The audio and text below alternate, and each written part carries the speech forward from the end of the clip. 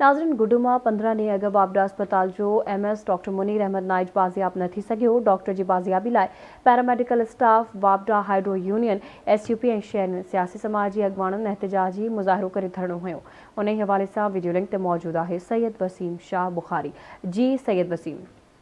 जी बिल्कुल, मां ॿुधाईंदो हलां। गुज़िरियल 15 ॾींहंनि खां डॉक्टर मुनीर अहमद नाइज के धाड़ेलनि पारां हथियारनि जे ज़ोर ते अगवा कयो, जेको हिन टाइम ताईं बाज़ियाब न थी सघियो आहे। गुड्डू पैरामेडिकल स्टाफ ऐं वाबडा हाइड्रो यूनियन वर्कर ऐं गुड्डू शहर जा सियासी समाजी अॻवान अॼु गुड्डू शहर में डॉक्टर जी बाज़ियाबी लाइ एहतजाजी मुज़ाहिरो करनि था। अचो तव्हां उन्हनि सां ॻाल्हि ॿोल कयूं था, उन्हनि जो इन बारे में छा चवणु आहे। मुंहिंजा दोस्तो डॉक्टर मुनीर अहमद नाइज के 15 ॾींहं थी विया आहिनि त इंतिहाई बेरहमीअ सां डॉक्टर मुनीर अहमद नाइज के अगवा कयो वियो आहे। सिंध जी जेका तारीख़ आहे उहा इहा तारीख़ रही आहे त सिंध जे अंदरि चोरियूं, फुरूं, धाड़ा तॾहिं राति जे पहर जो थींदा रहिया आहिनि। पर हीउ अहिड़े क़िस्म जो वाक़ियो आहे त विच शहर मां मग़रिब खां बाद में इंतिहाई हिकिड़ी बेहसीअ जो आलम में अची क्लिनिक ते मरीज़नि जो मुआलिज कंदड़ डॉक्टर खे बेदर्दीअ सां बेरहमी सां खयो वियो आहे। निहायत अफ़सोस जी ॻाल्हि इहा आहे त 15 ॾींहं गुज़री विया आहिनि त हितां जी जेका इंतिज़ामिया आहे उहा इंतिज़ामिया किथे बि तहरुक में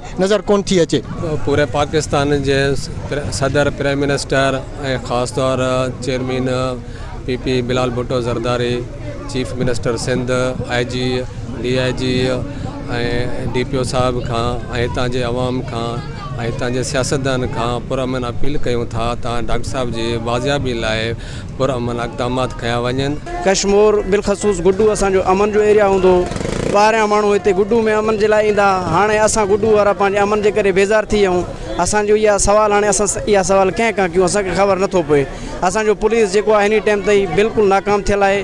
असां पुलिस बि इहा घुरकियूं था त IG सिंध, DIG सिंध, वज़ीर आला सिंध खे त बाबा पुलिस खे कंट्रोल में आणनि, असांजे ज़िले खे अमन ॾियनि। जेकॾहिं पुलिस में अमन नथो थिए फ़ौज खे तलब कनि।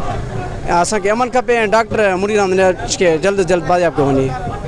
जी बिल्कुलु, हिते एहतजाज कंदड़ मुज़ाहिरनि जूं ॻाल्हियूं ॿुधियूं। इन्हनि जो इहो ई मुतालबो हो त MS डॉक्टर मुनीर अहमद नाइज के जल्द खां जल्द बाज़ियाब करायो वञे ऐं ज़िला कश्मीर ऐं गुड्डू जो अमन अमान बहाल करायो वञे। कैमरा टीम सां गॾु सैयद वसीम शाह, आवाज़ न्यूज़, गुड्डू।